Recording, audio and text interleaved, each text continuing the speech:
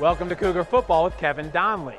The University of St. Francis football team created some momentum this past Saturday in the 47-10 win over Malone.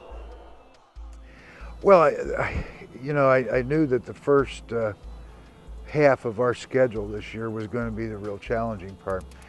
A couple other the teams in our conference that are sitting there at the top right now had some pretty good warm-ups, to gain some confidence. We went through a grueling part. 5 of our first 6 were challenging, tough, worthy opponents, and then we went through some injuries. Starting to get healed up right now, and I look back through the past at some of our great football teams, and if there was anything that I tried to put my finger on, I kind of peaked early. And my goal with this football team is to get well, gain confidence, and start to peak in mid-late November, December. I believe healthy, we're as good as anybody. So I was pleased with our performance on Saturday. I thought we came out, we had fun, we played hard, did some good things, changed some things around a little bit on defense. Give our defensive staff, Coach Maloney, a lot of credit. I think we made some good moves there. Offensively, execution levels improving, still got a way to go. Coleman was released last week, and that's just an inspiration, because if he touches the ball, we got a chance to score. And he was in one play last week, 1 touchdown. So he is back in practice this week, and getting him back into full swing, I think is a real uplift to our entire offense. Austin Coleman would certainly raise the level of play in any offense. And now it's time to address another issue, where St. Francis ranks number 72 out of 81 teams with a -8 turnover margin. Well, obviously you're not going to win a whole lot of football games when you're turning over 4, 5, 6 times a game. We've done that a couple of times. So that area has got to improve. A lot of it's just pressing hard. We come out and we throw an interception first possession last week. We throw that route 25, 30 times a week in practice and complete it. It was a matter of trying to get a big play instead of taking what was there. It's a matter of discipline. It's a matter of repping it one more time during the week to make sure we have it. The exchange deep in our end zone, just one of those things that happens upon occasion. I'm pleased with Campbell and how he's responded in place of Frank. He's running the ball well, blocking well. We had an exchange issue on one play. But the good thing about it is we overcame adverse circumstances, or had a turnover deep in our own territory, held them to a field goal, came back, got a pick, had a defensive interception by Eric Humphrey, and then went down and got things settled down offensively. Shortly after that, Campbell breaks off an 80-yard touchdown run, and the rest of it took care of itself. Defense was swarming into the football, and we were smacking some people. Had 7 sacks, I think, last week, which tied a school record. And I can't recall right now who knocked the ball loose and landed there on the ground. And Corey just was alert and picked it up and got it in for the score. So those defensive scores, man, are always special, and we had a couple of them last week. So got to keep making those plays and have to improve on the turnover ratio, and just get a little sharper offensively, and we're going to be a good football team. To be a good football team, you need your key players to step up, and defensive end Anthony Moore did just that, in more than one way as the hatless tackler. One back look. They've got a winger up on the right side as Malik Felton is in there, takes the handoff, and he's wrapped up, steps out of the tackle, and still on his feet, looking to move to the 30, turns the corner at the 40, 45, and St. Francis, Anthony Moore, in a diving without a tackle without a helmet. Anthony Moore lost his helmet. I think it speaks to our whole defense. I mean, we're going to go out and we're going to do whatever we have to do to correct the mistakes in the past and to get us back on the right track and back on the track to a national championship. I think we let some people down in the past, and I think maybe that play can you know, if it's a turning point, then it's a good turning point. I had fun doing it. It's not really something I thought about beforehand, but it wasn't something I was going to let stop me from, you know, playing football. So I'm glad it means a lot to our defense and our team and the people that saw it. I mean, it's humbling. So it was a fun play to make, that's for sure. Humbling is only a small start to begin to describe how Anthony feels about his position on the Cougar football team after having served his country in the Iraq War. And when the news came out that the war was ending and the troops will be coming home, a number of Moore's emotions were revisited. There's a lot of emotions tied into one. I'm glad. I mean, those guys, we really did a good job over there. You know, those guys deserve to come home. They deserve to be with their families and back off the deployment schedule there. So I think it's a step forward for that part of the region. Maybe we're showing some stability over there, and which is good for the whole rest of the world. So a job well done. I mean, there's a lot of emotions. It's been a long time we've been over there, so I'm glad they come home and be with their families, and we hopefully there's a lot of guys that aren't as fortunate, and there's some guys that are fortunate to be back but can't do what I've been doing, and I thank God every day that I can come out here and play football and that I can do what I can do, and I'm having fun doing it. And I think I'm enjoying it as best as I can enjoy it for those guys that can't, because I know if we could switch spots, I'd be wanting the same thing for them, to go out and represent for the Marine Corps and the Brotherhood. So I'm just extremely, extremely fortunate. And the Cougars were fortunate enough to tie a school record for sacks in a game with 7 against the Pioneers, as the defense showcased a 4-man front for the first time this season. We have a very solid and tight defensive line, and I think with a little bit of the injuries and some of the setbacks we've had on defense, to put more of our talented people on the field at the time, a lot of our number one starters, to put them out there and kind of free up our inside linebackers to make reads and go make plays like they did.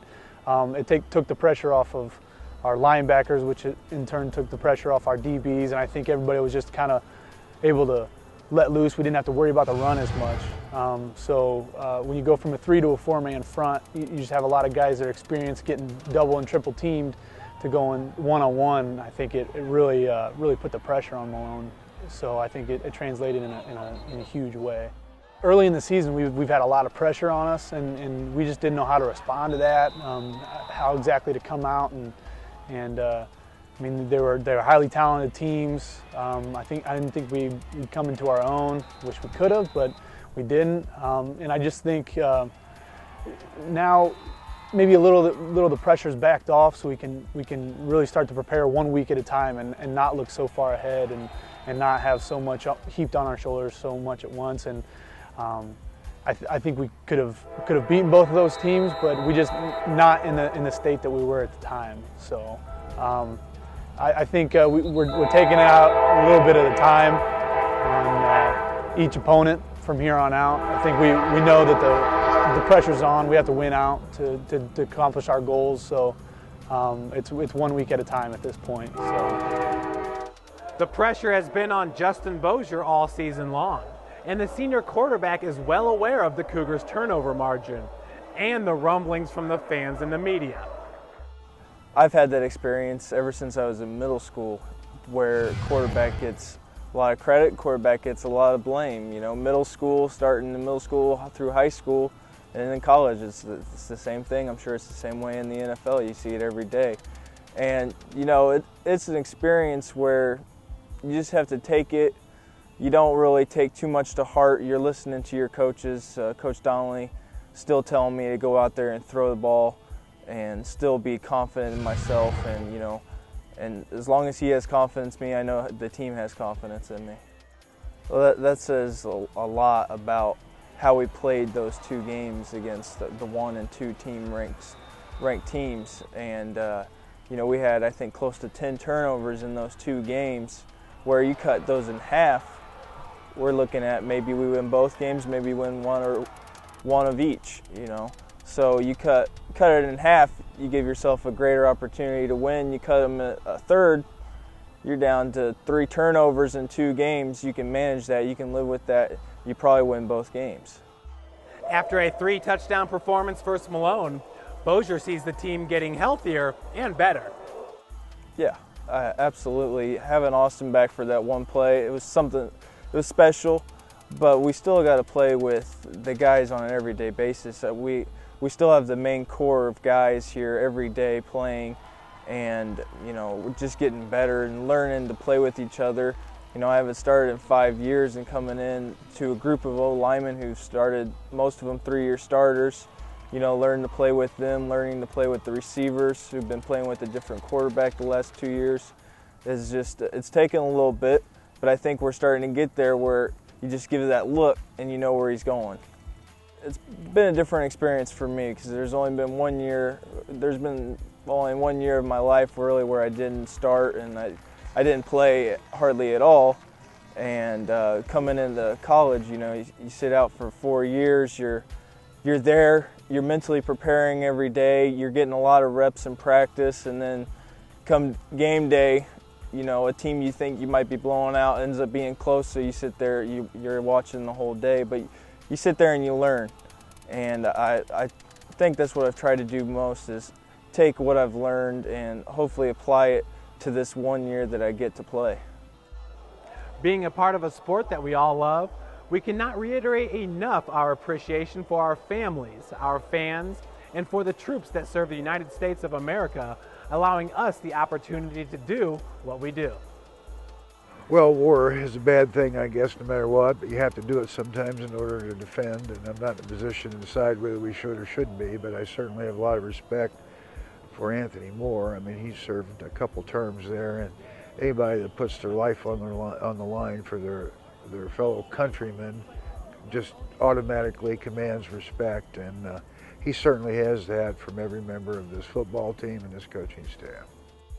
To my cousin coming back from overseas, he'll be back for a week, and hopefully he'll be coming to see my Taylor game, and you know, just along with Tony, you know, we support the troops here, and we thank them.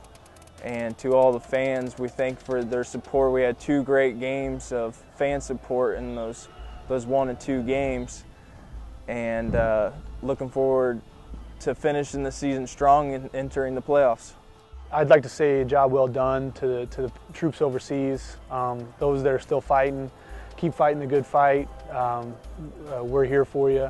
And to the fans, never give up, because we're not going to give up, and then we're going to keep marching until the cow spits, as they say. So we're going to keep marching. Just stay behind us. Next, we will march 432 miles southwest to Quincy, Illinois, to take on the Hawks. Well, they've been a wide open offense. They've had some players. The last time we played them, you know, they had some Division I transfers. They were talented. We played over at their place in a quagmire. It was a low-scoring affair just because it was just a sea of mud. If I recall, Daniel Carter broke a big run and won the ball game. It looks like maybe they're down a little bit in talent level, but they're still 3-3. You have to respect the fact that they're chipping along. They've got some younger players. This is their last year in NAIA. They'll be in NCAA Division II this next year, so they're in transition. You know, you got a 7-hour trip there. They got the home field advantage. We've got to deal with the long trip, and then you know, we have to respect all, fear none, and anybody that's got 3 wins, we're sure as heck going to respect. Against the 3-3 Hawks, here are Coach D's keys to success. Nice long trip, and we just have to continue to have fun, play the game hard. Got to work offensively and level of execution and elimination of mistakes and turnovers. Defensively, got to continue to gang tackle well, keep the ball in front of us. This is more of a spread offense, and they throw the football.